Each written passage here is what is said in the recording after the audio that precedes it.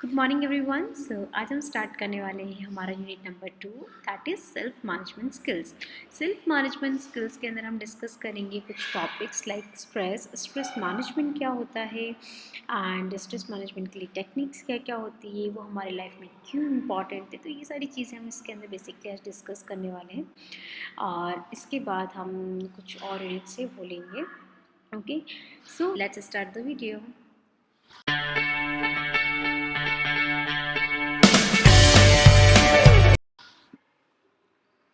So basically student सबसे पहले हम यहाँ पे चेक करेंगे कि स्ट्रेस क्या होता है।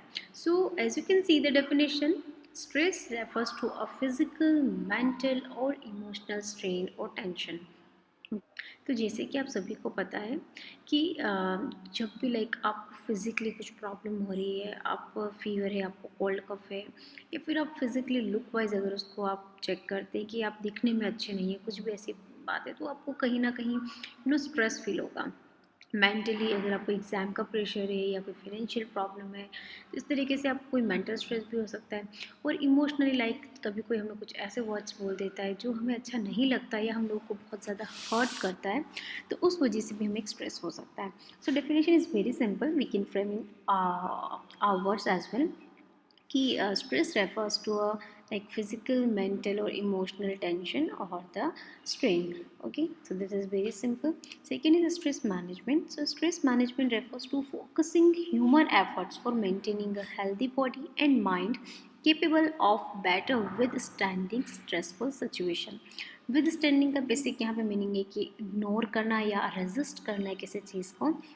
ओके, तो देखो आप पहले सिर्फ आपको इतना समझना है कॉन्सेप्ट को कि स्ट्रेस मैनेजमेंट, आप इस वर्ड को सुन के आपके माइंड में क्या आता है।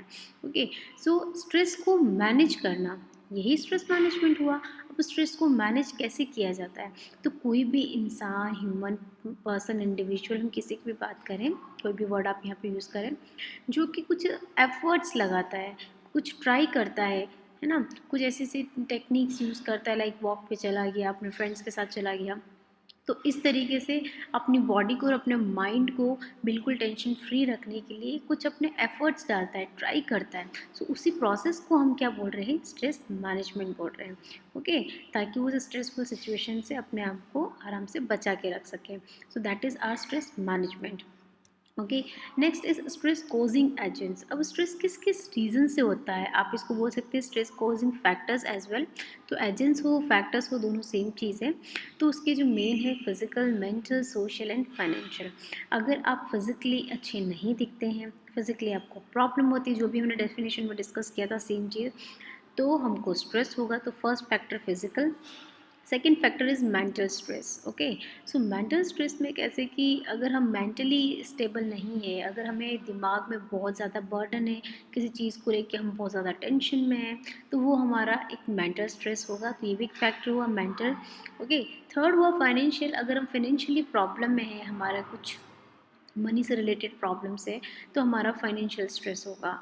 लास्ट है आपका सोशल। सोशल पे जैसे कि आप कभी कोई पिक्चर पोस्ट कर रहे हो, उसके ऊपर कुछ कमेंट अच्छा नहीं आया है, या फिर आपने आपके लिए किसी ने कोई कमेंट अगर सोशली किया है, सोशल प्लेटफॉर्म जो आपके इंस्टाग्राम, फेसबुक, वहाँ पे ऐसे कुछ होता है। यंग जनरेशन में जनरली बहुत ज़्यादा देखा जाता है कि उन लोगों को अगर थोड़ा सा भी किसी पिक्चर के लिए, किसी कमेंट के लिए बोल दिया, तो बहुत ज़्यादा ऑफन फील करना स्टार्ट कर देते हैं। सो वो हमारा वो भी एक बच्चों के लिए स्ट्रेस का रीज़न होता है। इसलिए हम बोलते हैं सोशल फैक्टर भी एक हमारा क्या हो गया, स्ट्रेस का रीज़न हो गया।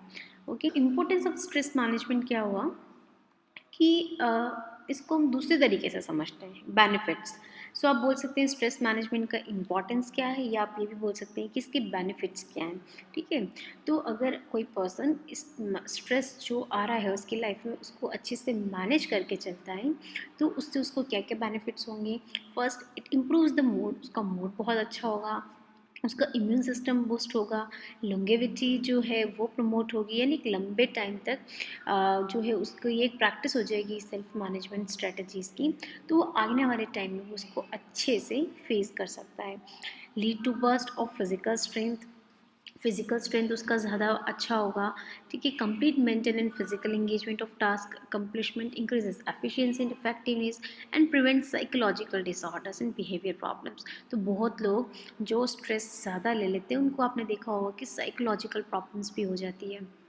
तो आपने सुना होगा कि किसी भी चीज़ की जो है ज़्यादा अगर वो लिमिट क्रॉस कर दे तो वो अच्छा नहीं होता है। तो सेम हमारा स्ट्रेस के साथ है कि लाइफ में स्ट्रेस होना चाहिए but it should be in limit. तो अगर आपको कोई एग्जाम में ऐसा क्वेश्चन आता है वेदर स्ट्रेस इज़ गुड और नॉट, तो आपका आंसर ये होना चाहिए कि stress is good but when it is in the limit. If it is crossing the limit then stress is not good, है ना। तो अगर स्ट्रेस लिमिट में आपको मिल रहा है, जैसे कि आपको एग्ज़ाम का प्रेशर है, अगर आप बिल्कुल स्ट्रेस नहीं लोगे, आप उसको मैनेज करके घूमने फिरने निकल गए फ्रेंड्स के साथ, तो आपको एग्ज़ाम का पढ़ेगा कौन।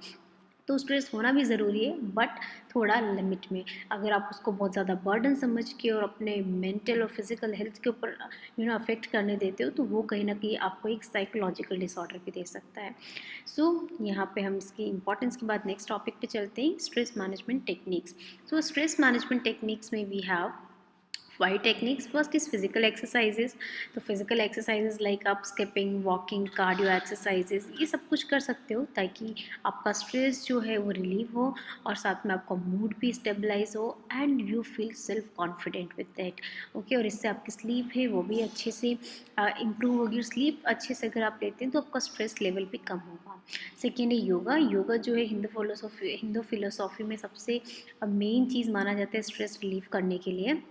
और योगा में जो कुछ ब्रीदिंग एक्सरसाइजेज होती है, जो कुछ पोस्चर्स होते हैं, वो सब हमारी बॉडी माइंड इन सबको मेंटेन रखने में, कंट्रोल करने में बहुत बड़ा कंट्रीब्यूशन देता है।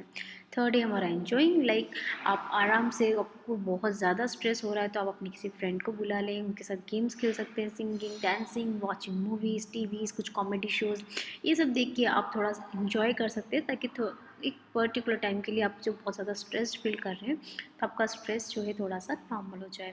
फिर going on vacations with family and friends. अगर आपको बहुत ज़्यादा स्ट्रेस है, बहुत ज़्यादा आप उस स्ट्रेस में स्ट्रेस की वजह से आपको बॉडी पे इफेक्ट फील हो रहा है, तो आप ये कर सकते हैं कि एक छोटे से वीकेंड पे या कभी भी 1 या 2 दिन के लिए आप वेकेशंस पे जा सकते हैं फैमिली एंड फ्रेंड्स के साथ। तो इससे भी आपका बॉडी एक बार जो है रिलैक्स्ड फील करेगा। Last is taking nature walks. आप आराम से पीसफुल प्लेस पे जाके कंट्री साइड या किसी विलेज या फिर अपने घर के गार्डन में आराम से चिल्ड होके बिल्कुल काम नेचर में वॉक कर सकते हैं, रिलैक्स कर सकते हैं। तो ये भी क्या होता है, हमारे स्ट्रेस को थोड़ा बहुत रिलीव करेगा। ये सारे फैक्टर्स हैं जिनकी हेल्प से हम अपने स्ट्रेस को मैनेज कर सकते हैं। Last is ability to work independently, कि आपकी लाइफ में इंडिपेंडेंट होना, किसी भी काम को करने के लिए इंडिपेंडेंटली करना कितना इम्पॉर्टेंट है, उसके हमारे क्या बेनिफिट्स हैं। तो अगर आप किसी पे डिपेंडेंट नहीं होते हैं, अपना काम खुद से सारा करते हैं, तो इसके हमारे पास बहुत सारे बेनिफिट्स है। First is it ensures greater learning. अगर हम अपना काम खुद से करते हैं तो हमारी जो लर्निंग एबिलिटीज़ है वो ऑब्वियसली इंक्रीज़ होती है। हम किसी का सिर्फ कॉपी पेस्ट नहीं कर रहे, हम अपनी चीज़ें खुद से कर रहे हैं, तो हम कुछ सीखते भी हैं। लास्ट पॉइंट आप देखिए, इंश्योर्स क्रिएटिविटी। हो सकता है उसमें हम कुछ क्रिएटिव ढंग से भी उस चीज़ को करें, तो हमारी क्रिएटिविटी, सेटिस्फेक्शन, लर्निंग, ये सब कुछ हमारा इंक्रीज़ होता है। We feel responsible and empowered.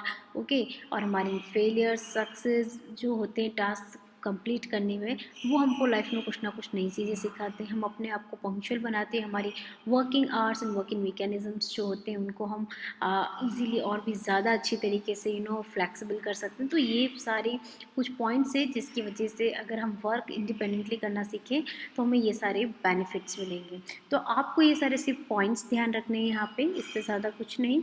Okay, this are very easy. Last है enhancing ability to work independently.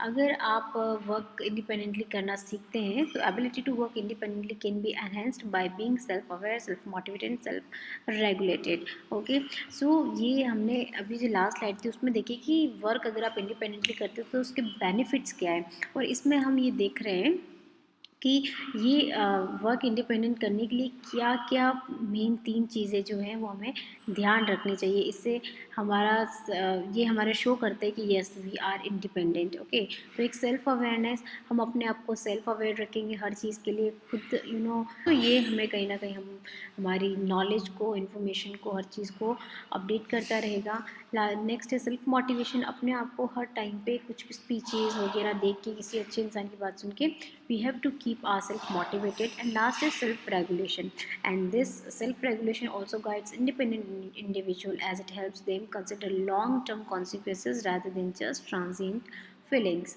Okay, तो ये सारे 3 पॉइंट्स हैं जो कि हमें अब हमारी इंडिपेंडेंट वर्क करने के लिए एनहेंस करते हैं। ओके, तो ये हमारा सेल्फ मैनेजमेंट स्किल्स यहाँ आज कंप्लीट होता है। होपफुली आपको क्लियर हुआ होगा। If you have any doubt you can write in the comment section. Okay, and in the next class we will start our unit number 3, that is ICT skills. Thank you.